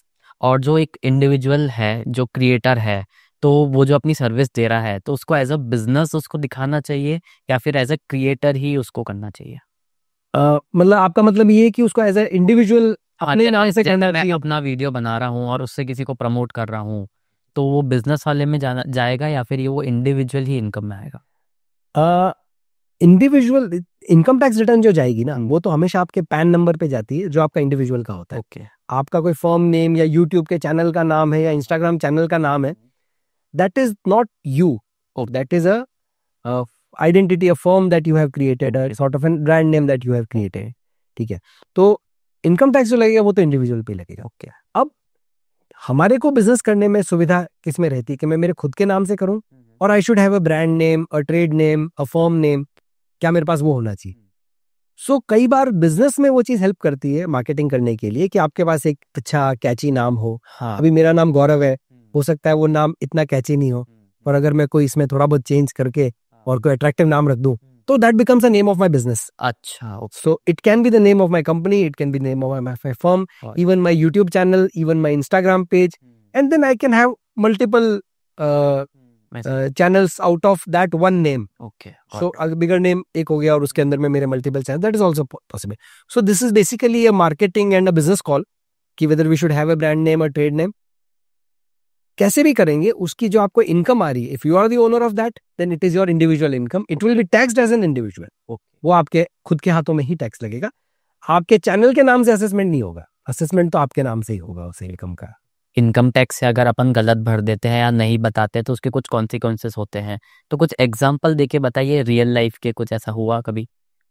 हाँ, ये तो एक रूटीन मैटर हो गया है हमारे लिए तो, कि इंफॉर्मेशन जो गवर्नमेंट के पास अवेलेबल है वो रिटर्न से मैच नहीं होती है तो उसके लिए नोटिस आते हैं। हाँ, अभी कई बार ऐसा होता है कि नोटिस का जवाब हम बहुत आसानी से दे पाते हैं क्योंकि या तो वो इन्फॉर्मेशन गलत होती है या गवर्नमेंट को उतनी पूरी रिलेवेंट बात पता नहीं होती। जैसे इसका एग्जांपल एक मैं आपको दूं कि मेरे कोई रिलेटिव हैं, वो फॉरेन में रहते हैं, उनकी कोई प्रॉपर्टी इंडिया में सेल करनी है तो उन्होंने मेरे नाम पे पावर ऑफ अटॉर्नी दे दी और उनके बिहाफ पे मैंने सेल कर दी और हमने उन्होंने अपनी इनकम टैक्स रिटर्न भर के उस प्रॉपर्टी का जो भी टैक्स देना था वो दे दिया। बट पावर ऑफ अटॉर्नी में मेरा पैन नंबर गया तो सेलर में मेरा भी नाम आ गया। हाँ, वो इनकम टैक्स को रिपोर्ट हो गया, मेरा उस ट्रांजैक्शन से सिर्फ इतना लेना देना है कि मैंने मेरे उसको उनके बिहाफ पे बेची, it is not my income, I am just an agent. हाँ, तो कई बार इनकम टैक्स से मुझे भी नोटिस आ रहे हैं। अच्छा, इसलिए क्योंकि मेरा पैन नंबर उसके अंदर मेंशन्ड है। हाँ, तो फिर वो ये पूछते हैं कि आपने प्रॉपर्टी सेल करी, आपने अपने रिटर्न में नहीं शो करी। अब नोटिस तो आ गया, तो नोटिस आ गया तो आपको जवाब तो उसका देना पड़ेगा। तो हम इस चीज को एक्सप्लेन करते हैं। हम इस चीज को एक्सप्लेन करते हैं कि भाई मैंने उनके बिहाफ पे रजिस्ट्री करी, तो हम उस पावर ऑफ अटॉर्नी की कॉपी दे देते हैं, बैंक स्टेटमेंट की कॉपी दे देते हैं, उनके रिटर्न की कॉपी दे देते हैं, तो हमारे पास उसकी बैक वर्किंग है, तो हम उस चीज से आसानी से बच सकते हैं। एक एग्जाम्पल इसका ये भी होता है कि कई बार एक प्रॉपर्टी हस्बैंड और वाइफ के जॉइंट नेम पे होती है जो बहुत कॉमन है। हाँ, जब सेल होती है वो प्रॉपर्टी तो रजिस्ट्री दोनों कराते हैं। हाँ, लेकिन उसमें पैसा हस्बैंड का ही लगा होता है। हाँ, कैपिटल गेन टैक्स उसका पूरा हस्बैंड ही देता है तो अपने रिटर्न में शो करता है। तो वाइफ को इनकम टैक्स रिटर्न में नोटिस, या उल्टा भी हो सकता है कि वाइफ ने पूरा शो किया, हस्बैंड को नोटिस आ गया। तो हम उसमें एक्सप्लेन करते हैं कि ये प्रॉपर्टी में नाम जॉइंट है, but for income tax purpose this belongs to one person who has already disclosed this. तो ये तो ऐसे मैटर है जहां पे हमारे पास पेपर वर्क होता है और हम उसको आसानी से एक्सप्लेन कर पाते हैं।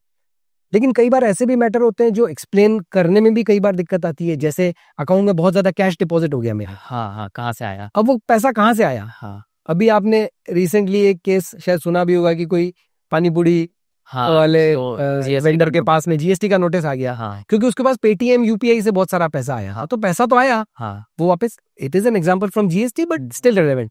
तो बहुत ज्यादा मेरे अकाउंट में कैश डिपॉजिट हुआ है, तो मेरे पास नोटिस आ गया कि ये पैसा कहाँ से आया। अब उसको एक्सप्लेन करने में कई बार दिक्कत आती है। अब उस नोटिस का जवाब तो आपको देना ही है, ऑनलाइन जवाब होता है। अगर उनको समझ में आ गया तो मैटर ड्रॉप हो जाता है, नहीं समझ में आया तो उसका अगला स्टेप पे नोटिस आएगा, and then maybe you will have to file a revise return, and they can charge you taxes on that. समझना ये जरूरी है कि गवर्नमेंट के पास क्या क्या इन्फॉर्मेशन है। तो अपना रिटर्न फाइल करने से पहले गवर्नमेंट एक AIS on annual information statement आपको प्रोवाइड करती है और एक टैक्स इन्फॉर्मेशन समरी आपको प्रोवाइड करती है। वो मैच कर लें कि उसमें जो जो इन्फॉर्मेशन है क्या मुझे उस पर टैक्स देना है, और अगर नहीं देना है तो क्या मेरे पास उसका एक्सप्लेनेशन है। जैसे मैंने आपको बताया ना कि प्रॉपर्टी सेल वाला, तो हमारे पास एक्सप्लेनेशन है उसका, तो हम उसको प्रॉपर्ली एक्सप्लेन कर पाते हैं। उस वजह से हम लोग टैक्स देने से, तो अपनी वर्किंग जितनी अच्छी होगी ना उतना अपने को ज्यादा अच्छा रहेगा।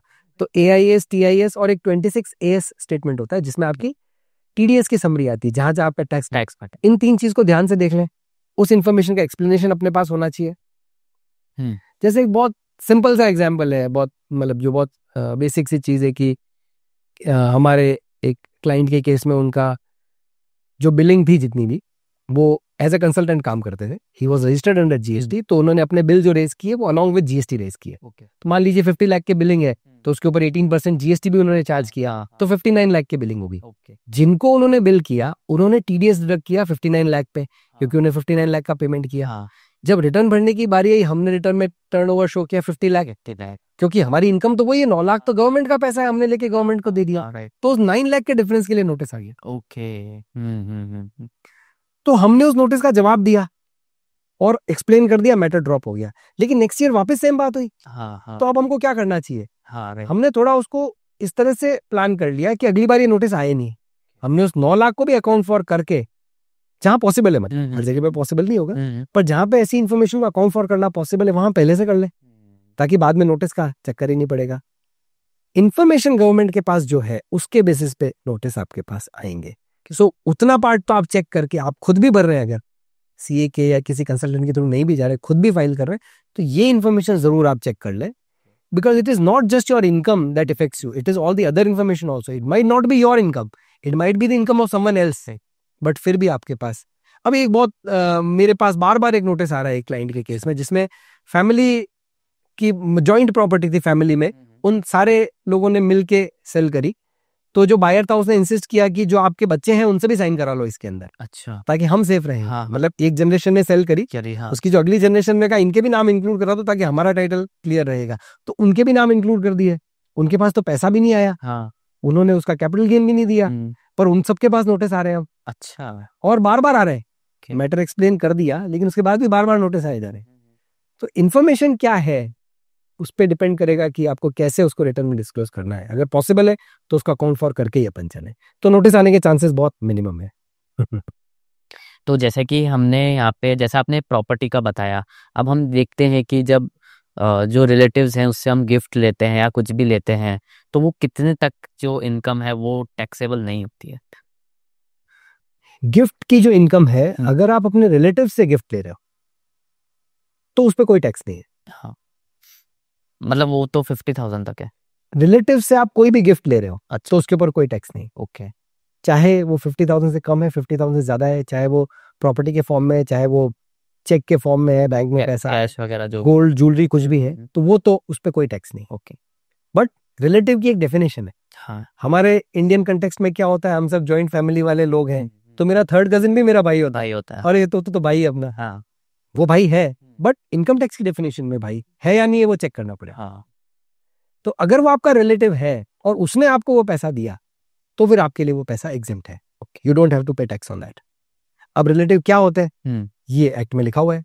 अगर मैं मेरे कंटेक्स्ट में बात करूं तो मेरे रिलेटिव कौन है? मेरे स्पाउस, हाँ, हस्बैंड या वाइफ, मेरे स्पाउस, मेरे ब्रदर एंड सिस्टर, मेरे स्पाउस के ब्रदर एंड सिस्टर, मेरे ब्रदर सिस्टर के स्पाउस, ओके, मेरे वाइफ या स्पाउस के ब्रदर सिस्टर के स्पाउस, वो भी मेरे रिलेटिव है।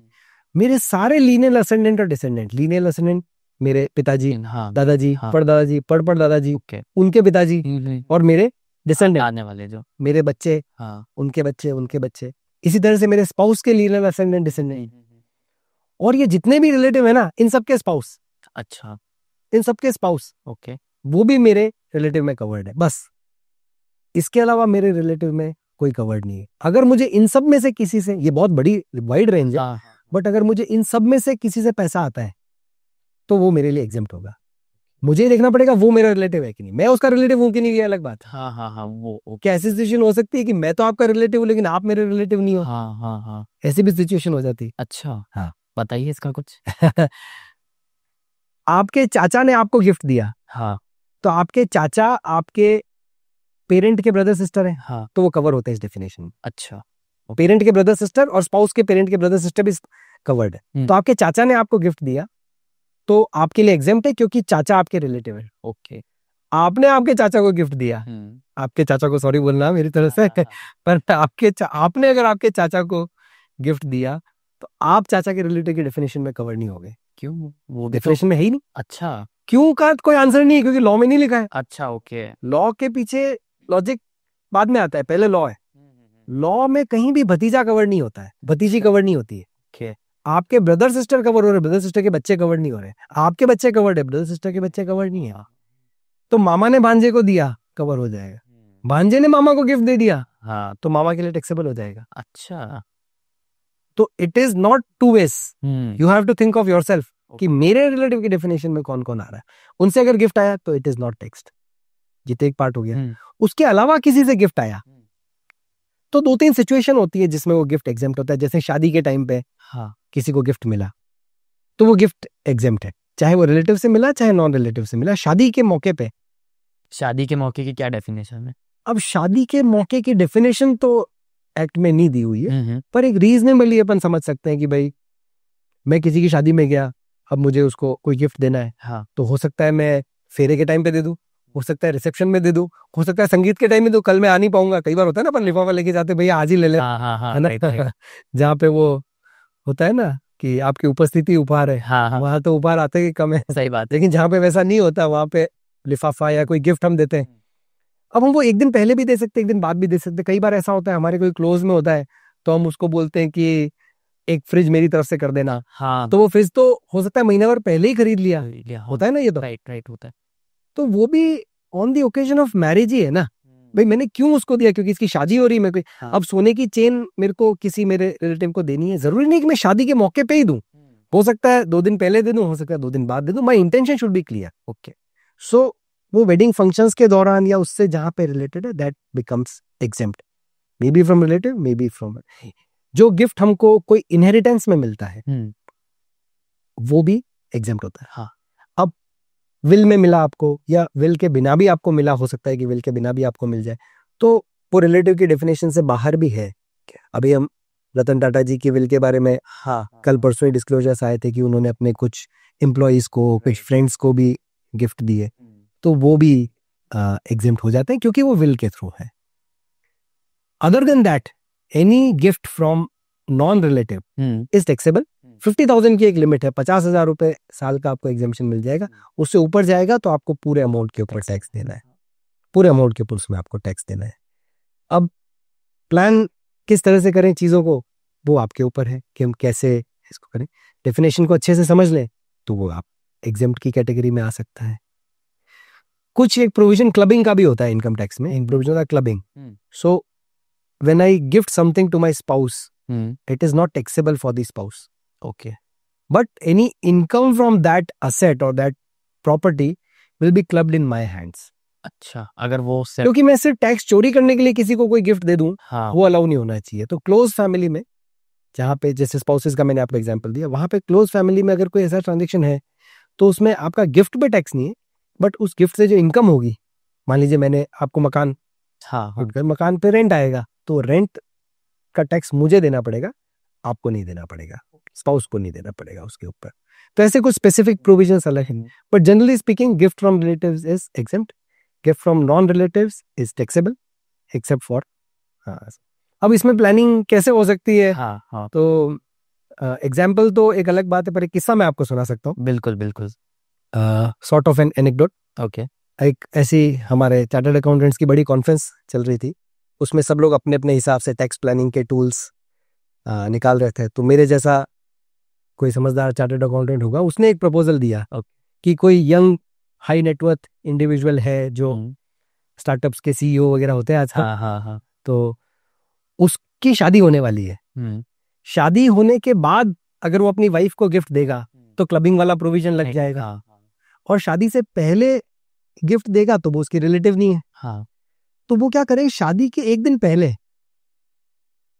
संगीत वंगीत जब होता है ना, उस टाइम पे वो उसको एक बड़ा सेट गिफ्ट कर दे। क्यों? क्योंकि उस दिन वो उसकी वाइफ नहीं है, वाइफ तो अगले दिन बनेगी, और वो ओकेजन ऑफ मैरिज हो गया। You are gifting on the occasion of marriage, तो वो उसके लिए एग्जेम्प्ट हो जाएगा। तो एग्जेम्प्ट भी हो जाएगा, वाइफ नहीं है इसलिए क्लबिंग भी नहीं लगेगी, तो आपने दोनों तरह से टैक्स आपने प्लान कर लिया। तो इस सजेशन के जाते ही और सारी कॉन्फ्रेंस में हल्ला गुल्ला मच गया।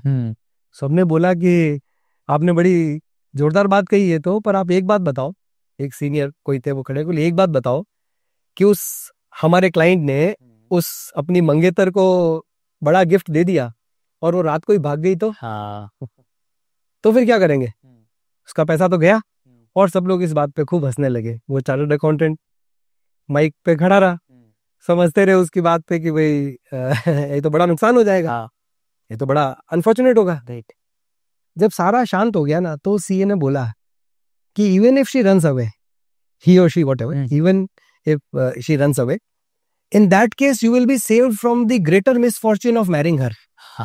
right. आप एक बहुत बदकिस्मती से बच जाएंगे उसे शादी करने की। हाँ सही, क्योंकि जो इतने से पैसे को लेके ही हाँ चली गई, हाँ तो शादी के बाद क्या होता। तो टैक्स प्लानिंग एक एस्पेक्ट है, गिफ्टिंग एक एस्पेक्ट है, राइट। पर कई बार गिफ्ट भी सोच समझ के देना पड़ता है। तो अच्छी प्लानिंग कर सकते हैं हम लोग गिफ्ट के थ्रू, बट उसमें अपना कॉमन सेंस और अपनी सेफ्टी भी इंश्योर करनी चाहिए। ऐसा नहीं हो कि वो चीज़ अपने कोई बाद में जाके problem they. So that is about the gift, जैसा आपने पूछा।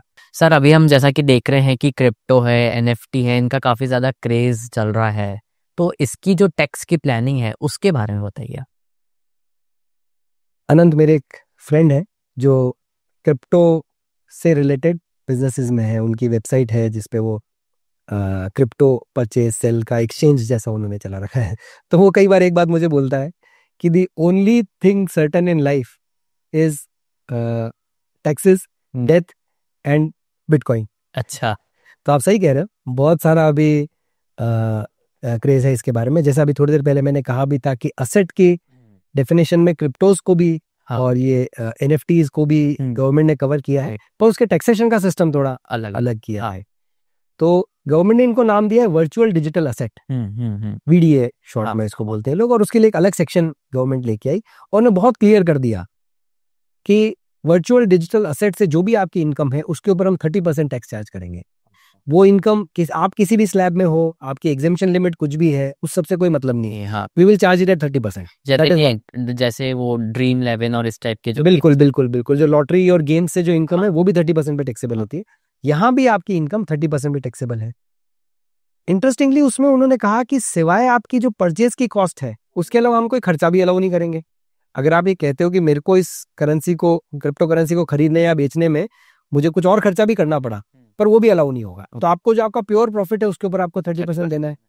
और उससे भी ज्यादा मजेदार बात है कि अगर आपको लॉस हो जाता है, हाँ, तो उस लॉस का आपको कोई सेट ऑफ नहीं मिलेगा। हाँ, तो अगर आपने साल के अंदर क्रिप्टो के 4 ट्रांजेक्शन किए, यहाँ पे आप नहीं कर सकते। अगर आपने 4 ट्रांजेक्शन किए और आपको 3 में गेन हो रहा है और 1 में लॉस हो रहा है, हाँ, तो आपको वो 3 पे तो टैक्स देना है, पर वो जो एक ट्रांजेक्शन है उस पे आपको कोई टैक्स का बेनिफिट नहीं मिलेगा। हाँ, इंपॉर्टेंट ये है कि जब तक आप सेल नहीं करोगे तब तक आपको टैक्स नहीं लगेगा। टैक्स आपका तब बनेगा जब आप सेल करके और प्रॉफिट बुक कर लोगे, तभी आपको टैक्स लगेगा। And this covers not just bitcoin and all the crypto currencies but all the NFTs and those kind of assets also. अब इतनी तरह की चीजें नई नई आ रही है, तो गवर्नमेंट ने कॉमन उसको वर्चुअल डिजिटल असेट की डेफिनेशन में उस पूरे को उन्होंने कवर कर लिया और इसके ऊपर स्ट्रेट 30% टैक्स उसके ऊपर है।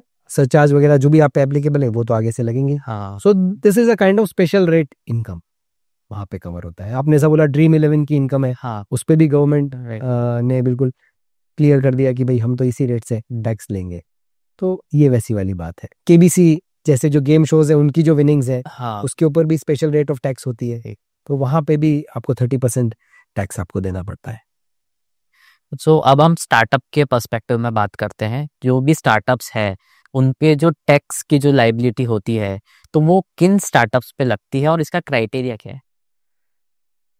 Startups so far as income tax is concern, it is basically a business. हाँ, और उस बिजनेस के ऊपर अगर इनकम होती है तो उनको टैक्स देना है। हाँ, स्टार्टअप्स के जिस तरह के मॉडल होते हैं ज्यादातर, मोस्ट ऑफ द स्टार्टअप्स, हाँ, उनको प्रॉफिट में आने में टाइम लगता है। हाँ, ब्रेक इवन करने में बहुत टाइम लगता है। प्रॉफिट बाद की बात है, लेकिन ब्रेक इवन होने में भी उनको काफी टाइम लगता है।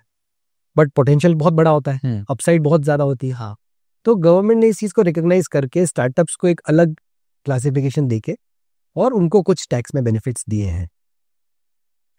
उसके लिए जो भी कोई नया बिजनेस स्टार्ट कर रहा है, क्या वो स्टार्टअप है? नहीं, हर बिजनेस स्टार्टअप नहीं है। हाँ, स्टार्टअप की for the purpose of income tax एक पर्टिकुलर डेफिनेशन है। स्टार्टअप इंडिया करके गवर्नमेंट का एक प्रोजेक्ट है, उसमें आपको रजिस्टर होना पड़ता है। बट सिर्फ वही नहीं, अगर आपको इनकम टैक्स में बेनिफिट लेना है तो उसके लिए कुछ कंडीशंस है। You should be formed as a company or as a LLP, one. Second, there is a separate board, inter ministerial certification board है। उसमें अलग अलग गवर्नमेंट डिपार्टमेंट्स के मेंबर होते हैं, जैसे फाइनेंस मिनिस्ट्री से भी होगा, साइंस एंड टेक्नोलॉजी डिपार्टमेंट से भी होगा, बायोटेक्नोलॉजी डिपार्टमेंट से, अलग अलग जगह के मेंबर्स होते हैं। They decide whether this startup should be recognised as a eligible startup or not, depending on what technology they are using, what will its impact be, and whether it has a potential of growing at a phenomenal size. Okay, तो उनके कुछ criterias होते हैं, उसके basis पे आपको startup का recognition मिलता है, और जो स्टार्टअप का रिकग्निशन मिलता है उसके बेसिस पे you can claim some tax exemption in the income tax. Okay, वो एग्जेम्पशन क्या है कि आपको 10 साल के पीरियड में कोई भी 3 साल, आप कंसेक्यूटिव 3 साल में आपको इनकम टैक्स नहीं देना पड़ेगा. दैट इज योर चॉइस, आप कब से स्टार्ट करना चाहते हो. पर वो पहले 10 साल की लिमिट है उसके अंदर. उसमें टर्नओवर बेस्ड भी क्राइटेरिया है, बट पर्टिकुलरली आपको जो 10 साल of any 10 years, first 10 years you can choose 3 years. अच्छा, वेयर यू डू नॉट पे इनकम टैक्स. तो आपकी उस पर्टिकुलर बिजनेस से, जो स्टार्टअप वाला बिजनेस, उससे आपकी पूरी की पूरी इनकम डिडक्शन आपको मिल जाता है, उस पर कोई भी टैक्स नहीं देता. तो गवर्नमेंट का एक तरीका है आपको बेनिफिट देने का, इंसेंटिवाइज करने का. और एक और तरीका गवर्नमेंट ने इंसेंटिवाइज करने के लिए दे रखा है, जो स्टार्टअप्स के इनडायरेक्टली है पर स्टार्टअप्स के एम्प्लॉइज के लिए रिलेवेंट है, वो है ईसॉप्स का. हाँ. तो ईसॉप्स का जो टैक्सेशन होता है ना, उसको एक डिफर करने का भी गवर्नमेंट ने प्रोसेस दे रखा है for eligible startups. Okay, eligible startups अपने एम्प्लॉइज को अगर ईसॉप्स देते हैं तो उस पर टैक्स इमीडिएटली, क्योंकि कई बार स्टार्टअप का वैल्यूएशन बहुत ज्यादा होता है, हाँ, कैश उतना नहीं होता. तो उस ईसॉप के टैक्सेशन को आप डिफर भी कर सकते हो. ऐसा भी एक प्रोविजन गवर्नमेंट ने उसमें दे रखा है. तो बेनिफिट्स ऑब्वियसली दे रखे हैं सरकार ने, और देने चाहिए भी. तो अभी हमने जैसे देखा कि जो नया इनकम टैक्स में आया है कि 12 लाख तक की जो इनकम है वो एग्जम्प्टेड है, तो इसका क्या लॉजिक है? मतलब लॉजिक तो सिंपल है कि गवर्नमेंट शायद मिडिल क्लास को कोई बड़ा बेनिफिट देना चाह रही थी, कि एक बड़ा इम्पैक्ट मिडिल क्लास की इनकम के ऊपर आए. जो उनको टैक्स देना पड़ रहा है, वो टैक्स अगर उनका बच जाएगा तो उनकी डिस्पोजेबल इनकम बढ़ेगी, उनके हाथ में पैसा ज्यादा आएगा. वो फायदा उनको देना चाहती थी शायद गवर्नमेंट, इसलिए एकदम से बड़ा जंप किया. हर साल पहले जब इनकम टैक्स के स्लैब और एग्जेम्पशन लिमिट बढ़ती थी तो 50,000, 60,000, 1 लाख, 75 ऐसे बढ़ती थी. लास्ट ईयर ये लिमिट 7 लाख पे थी, उसको गवर्नमेंट सीधा 12 लाख पे लेके आई, क्योंकि इनकम टैक्स में 2 रिजीम है, ओल्ड रिजीम और न्यू रिजीम. तो न्यू रिजीम के अंदर गवर्नमेंट ने कहा कि 12 लाख तक की इनकम अगर आपकी है तो आपको कोई भी टैक्स देने की जरूरत नहीं है. सो it is not an exemption, it is a rebate. जिसकी इनकम 12 लाख के अंदर है उसको कोई भी टैक्स नहीं देना पड़ेगा. जिसकी 12 लाख से ऊपर है उसको जो नॉर्मल स्लैब रेट है उसके हिसाब से टैक्स जो बनता है वो उसको टैक्स देना पड़ेगा. तो एक सिग्निफिकेंट बेनिफिट, बड़ा बेनिफिट किसी को देने के लिए गवर्नमेंट ये लिमिट को एकदम से बढ़ाया है इन्होंने. और इसका बहुत बड़ा इम्पैक्ट है कि एक बहुत बड़ी क्लास टैक्स पेयर्स की, एक बड़ा नंबर इनकम टैक्स रिटर्न तो फाइल करेगा लेकिन टैक्स पे करने के दायरे से निकल जाएगा. जनरली जब इसके बारे में सोचा जाता है तो ऐसे सोचते हैं कि लाख रुपए महीने की सैलरी भी किसी की है, तो उसको कोई टैक्स नहीं देना पड़ेगा. राइट. लाख रुपए महीने तक भी अगर मेरी सैलरी, अज्यूमिंग कि मेरी कोई दूसरी इनकम नहीं है, तो मेरी 12 लाख की इनकम होगी और मुझे, या 25-30 हजार की मेरी दूसरी इनकम है, तो भी मुझे कोई टैक्स नहीं देना पड़ेगा. जनरली इसको इस पर्सपेक्टिव में सोचते हैं. पर इसका एक एंगल और भी है, वो है बिजनेसेस का एंगल. एक छोटा बिजनेसमैन, एक शॉपकीपर या एक जो नॉर्मल बिजनेस रन करता है, वो अपने टर्नओवर के ऊपर प्रिजम्पटिव टैक्स के हिसाब से किसी परसेंटेज पे टैक्स देता है. तो कैलकुलेशन ये है कि अगर किसी का 2 करोड़ तक का भी टर्नओवर है, और अगर प्रिजम्पटिव में 6% के ऊपर टैक्स दे रहा है, तो उसकी इनकम 12 लाख आएगी. तो उसको कोई टैक्स नहीं देना पड़ेगा. यानी कि 2 करोड़ रुपए तक, ऑलमोस्ट 15 लाख रुपए महीने तक की भी आपकी सेल है, तो हो सकता है कि आपको अपनी इनकम पे कोई भी टैक्स नहीं देना पड़ेगा. बहुत बड़ा चेंज है. एक प्रोफेशनल है, उसकी इनकम प्रिजम्पटिव में अगर कवर हो रही है, कंसल्टेंट या कोई ऐसा प्रोफेशनल है, तो 2 लाख रुपए महीने तक की इनकम पे उसको कोई भी टैक्स देने की शायद जरूरत नहीं पड़े. क्यों? क्योंकि वो प्रिजम्पटिव में कवर होके और 12 लाख उसकी इनकम आएगी. तो एक बहुत बड़ा चेंज है, not just for salaried people but also for businessman. बहुत सारे लोग तो टैक्सेशन से बाहर ही हो जाएंगे, and not just the lower side of the income bracket, एक एक्चुअल मिडिल क्लास जो है, उन पे भी इसका बहुत बड़ा इम्पैक्ट आएगा. इस 12 लाख के अमाउंट का बहुत सिग्निफिकेंट चेंज है ये. तो सर सबसे मेन क्वेश्चन है कि जैसे कि हमने अभी ओल्ड रिजीम और न्यू रिजीम की बात करी, तो आपको क्या लगता है कि कौन सा चूज करना चाहिए? मतलब अगर हम देखें तो गवर्नमेंट का पूरा पर्सपेक्टिव है कि भाई जो ओल्ड है उसको तो खत्म करो और न्यू पे लाओ, तो आपके अकॉर्डिंग कौन सा है? इसमें ये है कि ओल्ड रिजीम और न्यू रिजीम दोनों ऑप्शन आपके पास अवेलेबल है. आपको जिसमें फायदा मिलता है वो आपको चूज करना है। और अगर आपकी बिजनेस इनकम नहीं है, अदर देन बिजनेस आपकी इनकम है, तो आप हर साल डिसाइड कर सकते हो whether I have to go in the old regime or new regime. Okay. So at the time of filing return you can decide. Businessman के लिए कुछ रिस्ट्रिक्शंस है, लेकिन उसके अलावा बाकी आप डिसाइड कर सकते हो। तो आपको अच्छा ये है कि जब तक ऑप्शन अवेलेबल है कि आप चूज कर सकते हो, तो आप हर साल देख लो कि आपको किस में फायदा है, क्योंकि कुछ एग्जेम्पशंस, कुछ डिडक्शंस ऐसे हैं जो आपको केवल ओल्ड रिजीम में ही मिलते हैं। अच्छा, फॉर एग्जाम्पल आपका लाइफ इंश्योरेंस आपने पे किया, किसी ने अपने बच्चों के लिए स्कूल की ट्यूशन फी पे की, पीपीएफ अकाउंट में पे, इवन जो प्रोविडेंट फंड सैलरी में से कटता है, आप एनपीएस का जो एक कंट्रीब्यूशन अप टू 50,000 का एग्जेम्पशन होता है, ये इवन आपका मेडिक्लेम का जो प्रीमियम आप देते हैं, ये सारे बेनिफिट आपको सिर्फ ओल्ड रिजीम में मिलते हैं। अगर किसी ने कोई डोनेशंस दिए हैं, उसका अगर उसको कोई बेनिफिट मिलना है, जो सैलरी लोग हैं उनका जो हाउस रेंट अलाउंस उनको मिलता है, जो लोग किराया पे करते हैं तो उनको कुछ एग्जेम्पशन मिलता है अपनी सैलरी इनकम में से, हाउस रेंट अलाउंस उनको मिलता है, और किराया पे करते हैं तो उनको एग्जेम्पशन मिलता है। ये जो बेनिफिट्स हैं ये केवल ओल्ड रिजीम में है। ओके, आपने मकान खरीदने के लिए, अपने खुद के रहने के लिए मकान खरीदा और लोन लिया, तो इंटरेस्ट की छूट मिलती है केवल ओल्ड रिजीम में। ओके, न्यू रिजीम में उसकी कोई छूट नहीं है। तो अगर आपके पास ये सारे डिडक्शंस लेने की पॉसिबिलिटी है, आप एचआरए का बेनिफिट ले सकते हो, या आप होम लोन के इंटरेस्ट का बेनिफिट ले सकते हो, या आपने ये सब सेविंग्स कर रखी हैं जो आपको करनी है, तो क्या अगर आपने वो सब कर रखी है तो ओल्ड रिजीम में टैक्स की कैलकुलेशन थोड़ी कम हो जाएगी। ओके, अगर ये सब कुछ भी नहीं है तो हो न्यू रिजीम में जाना बेटर है, जहां पे आपके पास सारे ऑप्शंस है डिडक्शंस क्लेम करने की। वहां पे आपको कंपेयर करना पड़ेगा कि मेरे को फायदा इसमें है या मेरे को फायदा न्यू रिजीम में है। फिर एजुकेशन लोन कई लोग लेते हैं, तो एजुकेशन लोन के इंटरेस्ट का भी आपको डिडक्शन मिलता है, वो भी ओल्ड रिजीम में। तो considering that all these exemptions, if your tax is lower in old regime, तो आपको ओल्ड रिजीम में जाना चाहिए। अभी जो हम रिटर्न फाइल करेंगे ईयर एंडेड मार्च 25 के, उसमें तो ये हमको बार बार चेक करना पड़ेगा। जो छोटे इनकम ग्रुप वाले लोग हैं उनके लिए अगले साल एक बड़ा चेंज आ जाएगा कि न्यू रिजीम में 12 लाख तक तो कोई टैक्स ही नहीं है। तो आपके पास सेविंग्स हो नहीं हो कुछ भी, लेकिन अगर 12 लाख तक आपकी इनकम आ रही है तो आपको कोई टैक्स देने की जरूरत ही नहीं है। ओल्ड रिजीम में कुछ तो टैक्स आएगा ही आएगा। ये सब एग्जेम्पशन क्लेम करके, क्योंकि उसमें 6-7 लाख तक की है तो उसमें 5 लाख के ऊपर टैक्स है। तो कुछ टैक्स तो बनेगा। तो जनरली स्पीकिंग आपको फायदा अगले साल जो मार्च 26 में जो ईयर एंड होगा, वहां पे छोटे इनकम, कम इनकम ग्रुप जो है उसमें तो न्यू रिजीम में ही फायदा होने वाला है 12 लाख तक। तो 12 लाख के ऊपर है तो we have to discuss case to case, वो अपने को दोनों में कंपेयर करके देखना पड़ेगा। और उसी के लिए शायद आपको एक कंसल्टेंट की जरूरत पड़ेगी कि किस एक बार टेलीविजन करके देख लो, जिनमें फायदा है वो चीज आप ले लें।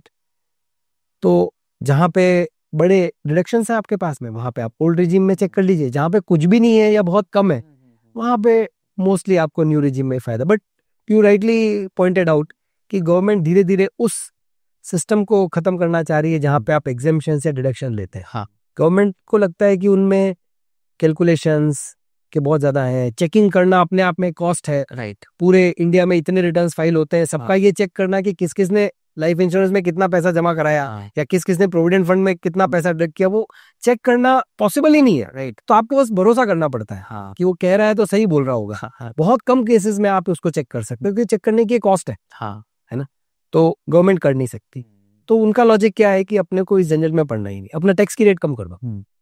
You do away with all the benefits, all the exemptions and we reduce the tax rates. ये गवर्नमेंट ने पहले कंपनीज ने किया। अच्छा, ये गवर्नमेंट ने पहले दूसरे असेसीज के लिए किया कि जहां पे उन्होंने कहा कि अगर आप ये बेनिफिट नहीं लेते हो कुछ कुछ तरह के, तो हम आपको टैक्स की रेट ही कम कर देते हैं। ओके, तो उन्होंने देखा कि ज्यादातर लोग नए वाले सिस्टम में चले गए। पर क्योंकि वो कंपनीज के लिए था इसलिए मीडिया में उतना नहीं आया। राइट। उसके बाद में उन्होंने एक अल्टरनेटिव रिजीम प्रपोज करी, कोऑपरेटिव सोसाइटीज के लिए भी करी उन्होंने कि आप डिडक्शन मत लो, हम आपको ये बेनिफिट दे देते हैं। तो वो भी एक पार्ट हो गया। फिर गवर्नमेंट इसको लेके आई बाकी एसएससीज के लिए, that we reduce the tax rate, we do away with the exemption. आपको जिधर फायदा है वो ले लो, ऐसा भी नहीं गवर्नमेंट आपको फोर्स कर रही है, आपको जिधर फायदा है उधर आप चूज कर लो वैसा। सो that is the new regime कि जहां पे टैक्स की रेट कम है, अपने को कैलकुलेशन करके देख लेंगे, जिधर फायदा मिलेगा वो चीज ले लेंगे अपन। गवर्नमेंट तो अलाउ कर ही रही है आपको हर साल चेंज करना। सो that is how you decide between old and new. पिछले 5-6 साल से गवर्नमेंट एक स्पेशल बेनिफिट दे रही थी मैन्युफैक्चरिंग में जो लोग जाना चाह रहे हैं उनके लिए। सो अगर आप एक नया मैन्युफैक्चरिंग प्लांट सेटअप कर रहे हो, तो अगर आप एक नॉर्मल बिजनेस के जैसे उसको सेटअप करते हो तो आपको कोई इनकम टैक्स में कोई विशेष बेनिफिट नहीं था। बट अगर आप उसको एज अ कंपनी सेटअप करते हो और 1 अप्रैल 2024 से पहले अगर आपने उस मैन्युफैक्चरिंग को स्टार्ट कर लिया, तो आपको हमेशा के लिए एक सब्सिडाइज्ड रेट ऑफ टैक्स लगेगी। अच्छा, लाइफ टाइम? उस लाइफ टाइम। अच्छा, विदाउट एनी कंडीशन। कुछ Okay. छोटे मोटे एग्जेम्पशंस आपको नहीं मिलेंगे कुछ पर्टिकुलर तरह के, बट जनरली जो टैक्स की रेट 26% नॉर्मली एक कंपनी के ऊपर लगती है, वो लगभग 17% के आसपास ही आपको टैक्स लगेगा। और वो हमेशा के लिए वही, ऐसा कोई इसका सनसेट क्लॉज भी नहीं था कि 5 साल 10 साल, वो भी नहीं। अच्छा, आप एक नए सेक्शन में कवर हो जाओगे। ओके, तो ये, लेकिन ये कब होगा? जब आप नया यूनिट सेटअप कर रहे हो, मैन्युफैक्चरिंग यूनिट होना चाहिए, और you set up as a company. ये पार्टनरशिप को या एलएलपी को ये बेनिफिट गवर्नमेंट ने नहीं दिया। तो ये टैक्स प्लानिंग की बात है कि जहां पे कोई नया सेटअप हो ही रहा है तो आप उसको एज ए कंपनी सेटअप कर लो। That depends. अब आज की डेट में प्रोविजन नहीं है, हो सकता है गवर्नमेंट थोड़े दिन में कोई नया प्रोविजन लेके आए। आप जितना अपनी चीजों को एनालाइज करेंगे, जैसे थोड़ी देर पहले अपन ने एग्जांपल दिया था कि हम हर साल एक long term capital gain book कर लें। अगर हमारे को दूसरा कोई कैपिटल गेन नहीं है तो हम इतना तो बुक कर लें कि हम उसको हर साल उतने रुपए तक हम टैक्स बचा लें। ऐसा ही एक जैसे लास्ट ईयर ही हमारे एक क्लाइंट है, उन्होंने पुराने इन्वेस्टमेंट्स म्यूचुअल फंड में काफी अच्छे इन्वेस्टमेंट्स किए उन्होंने, एंड अब उनको बहुत सारा उसके ऊपर डिविडेंड आता है, क्योंकि पुराने इन्वेस्टमेंट और डिविडेंड का क्वांटम भी अच्छा है और उनकी दूसरी इनकम भी काफी है। तो हम उस डिविडेंड पे उनको 30% टैक्स देना पड़ता है, क्योंकि डिविडेंड अब टैक्सेबल है। उनको 30% टैक्स उसके ऊपर देना पड़ रहा था।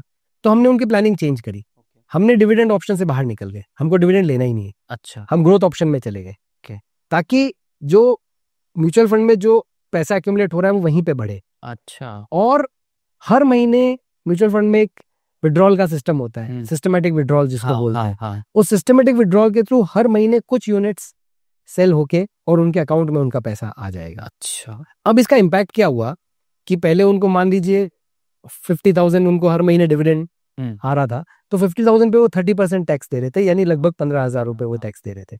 अभी जब वो विड्रॉल प्लान में जा रहे हैं तो उनके कुछ यूनिट्स हर बार सेल हो जाते हैं। तो मान लीजिए उनने 25,000 के यूनिट, अब उनको 50,000 की उनकी वैल्यू हो गई, तो उनको गेन जो है वो 25,000 का ही हो रहा है, और उस 25,000 पे भी वो 12.5% ही टैक्स देंगे।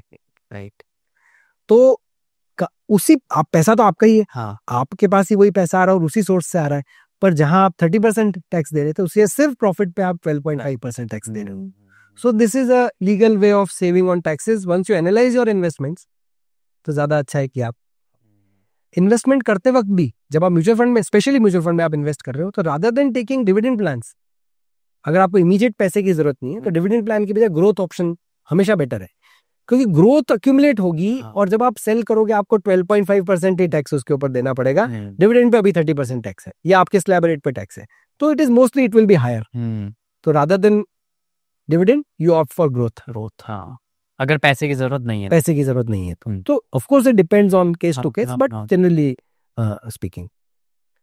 इसी तरह से एक चीज जो कई लोग प्लान नहीं करते हैं वो है कि जब हम कोई प्रॉपर्टी को सेल करते हैं तो हमेशा लोग उसके अराउंड टैक्स प्लानिंग करते हैं, कैसे मैं टैक्स बचा सकता हूँ। मैंने मकान बेचा तो मैं वापस मकान खरीद लेता हूँ तो मेरे को कैपिटल गेन में एग्जेम्पशन मिल जाएगा। मैंने मकान या प्लॉट बेचा तो मकान खरीद लूँ, या इवन बॉन्ड्स भी आते हैं कुछ ऐसे गवर्नमेंट के जहाँ पे इन्वेस्ट करके आप टैक्स बचा सकते हो। तो जब हम प्रॉपर्टी सेल करते हैं तो हर जना टैक्स प्लान करते हैं, लेकिन प्रॉपर्टी खरीदते वक्त कई बार टैक्स प्लानिंग स्किप हो जाती है।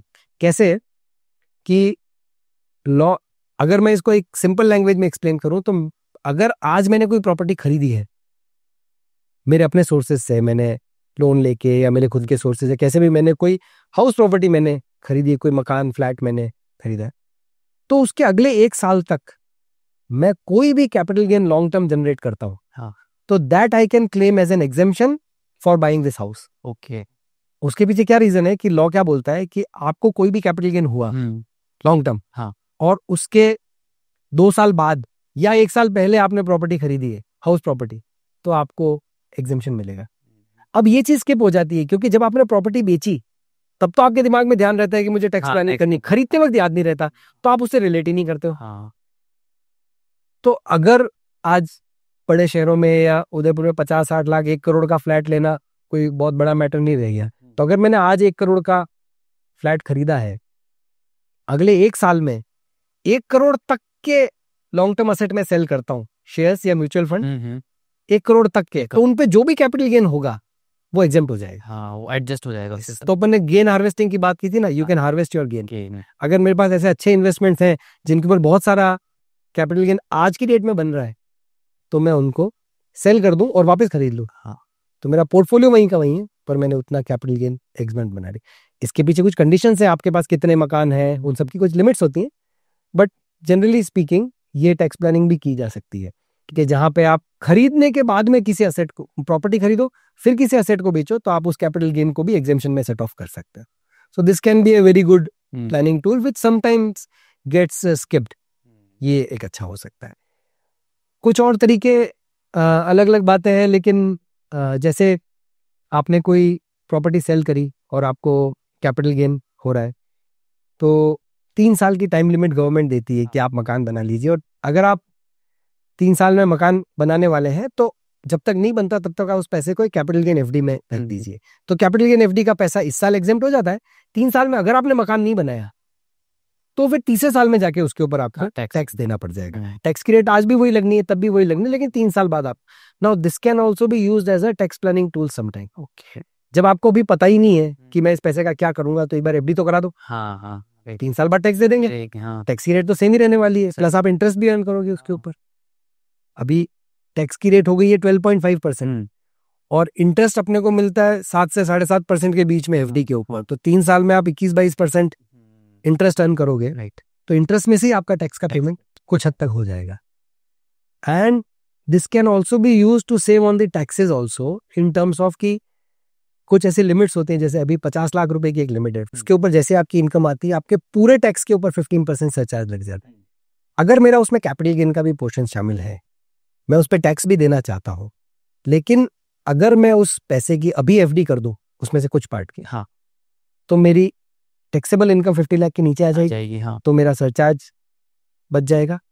एग्जाम्पल के लिए मान लीजिए मेरी रेगुलर इनकम 20 लाख है और मुझे 50 लाख का कैपिटल गेन हो गया, तो मुझे 70 लाख की इनकम होगी, तो मेरी पूरी इनकम के ऊपर सरचार्ज लग जाएगा, इंक्लूडिंग वो 20 लाख पे जो टैक्स बन रहा है उस पर भी सरचार्ज लग जाएगा। 15% टैक्स लायबिलिटी मेरी बढ़ जाएगी।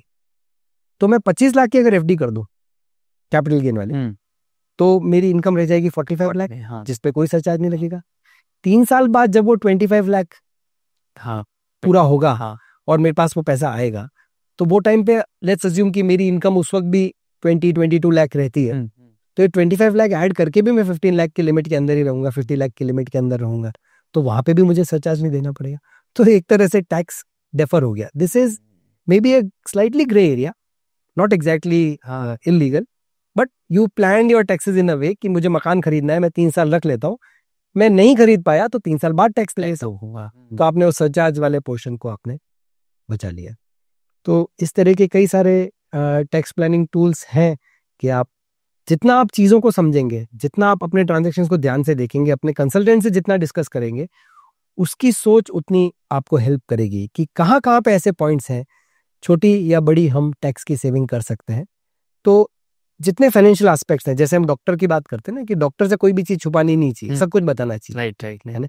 तो वैसे अपने फाइनेंस रिलेटेड जितने भी ट्रांजैक्शंस हैं वो आपको अपने कंसल्टेंट से, अपने सीए से जरूर डिस्कस करने चाहिए। उनका टाइम का बेनिफिट आपको तभी मिलेगा जब आप हर चीज उनसे डिस्कस करेंगे। ट्रांजैक्शन करने के बाद नहीं, ट्रांजैक्शन करने से पहले भी डिस्कस करेंगे, तो आपको हमेशा वो चीज ज्यादा फायदा देगी, because you will be more compliant, more tax efficient, and you'll always be able to plan it better.